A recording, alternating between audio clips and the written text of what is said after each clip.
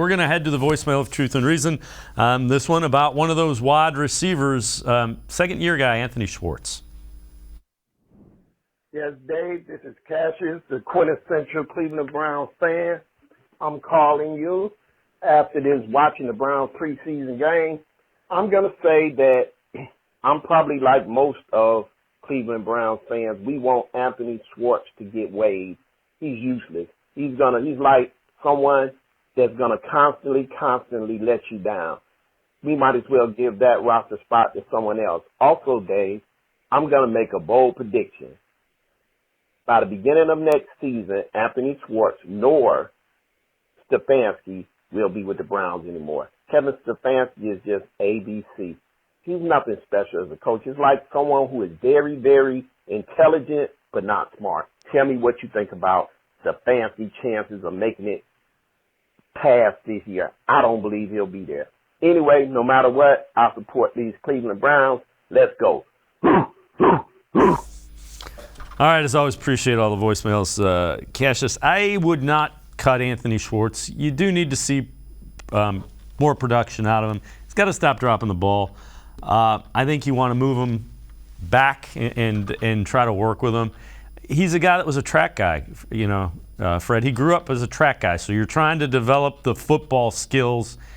He's fast. You can't teach that. You can't develop that. He has that.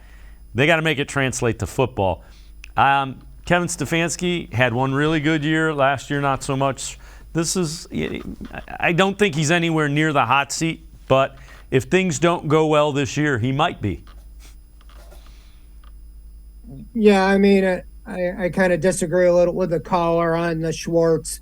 Because he was a third-round pick, he's going to get the benefit of the doubt, and the 4.2 speed is also going to get you, the benefit of the doubt. He is 21 years old, and as you said, hasn't played a lot of football. He had a little history of that at Auburn, but he got drafted in the third round because he had 4.2 speed. The difference, though, in his speed, as you said, is track speed, and he doesn't have that, I don't know if it's called quick twitch, whatever it is, that the quick, like you see in Tyreek Hill, who has that 4.2 speed.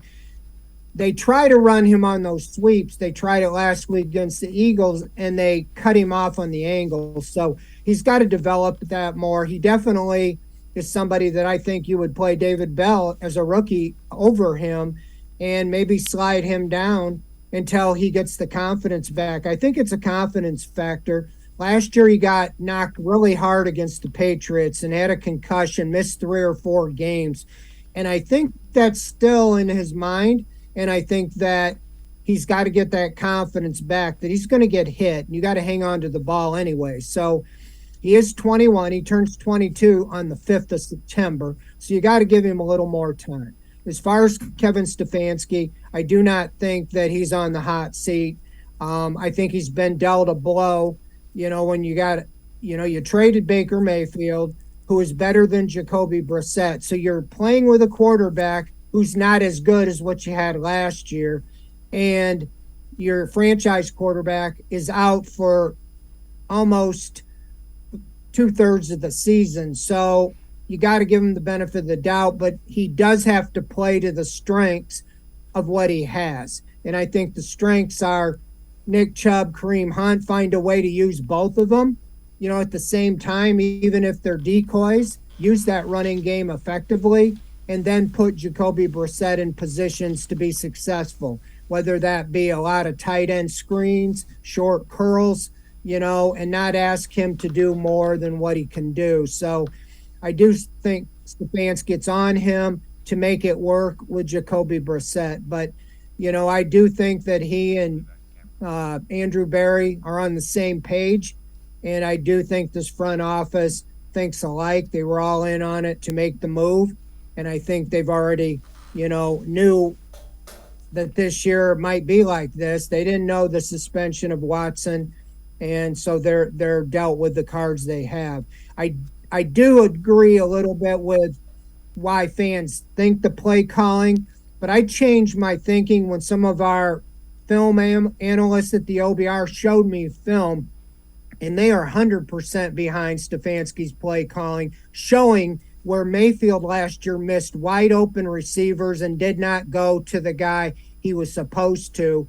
And partly the reason they made a change, but so I do, see that I'm going to give Stefanski the benefit of the doubt and see how he does with what he has this year.